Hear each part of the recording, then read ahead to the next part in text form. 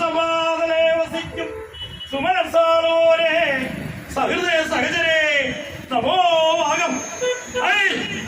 ദൈവത്തിന്റെ സ്വന്തം നാട്ടിലെ മഹാനുഭാവന്മാർക്ക് ഏവർക്കും ഈ കളിയരങ്ങിലെ കാഴ്ചകളിലേക്ക് സ്വാഗതം. ഒരു നാടെങ്ങനെയാ ദൈവത്തിന്റെ സ്വന്തം നാടാകണേ? എങ്ങനെയാ? വല്ല നിശ്ചയുണ്ടോ? അല്ലതറിയാണ്ട് ജീവിക്കാൻ കഴിയുന്ന ഇടം അല്ലേ?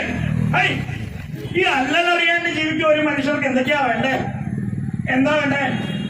ആഹാരം, വസ്ത്രം, പിന്നെയോ പാർപ്പിടം, വിദ്യാഭ്യാസം, തൊഴിൽ, അതിൽ നിന്ന് വരുമാനം.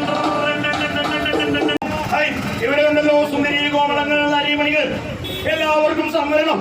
എന്താ സംവരണം? 50%. 50% വനിതകൾക്ക് സംവരണം. പിന്നെ ഈ പാർപ്പിടത്തിൽ എന്താ കഥ? 4.5 ലക്ഷം പേർക്ക് സൗജന്യമായി വീട് വെച്ചു നൽകി. പിന്നെയോ 12,000 മത്സ്യത്തൊഴിലാളികൾ, അവർക്കും സൗജന്യമായി ഭവനം നിർമ്മിച്ചു നൽകി.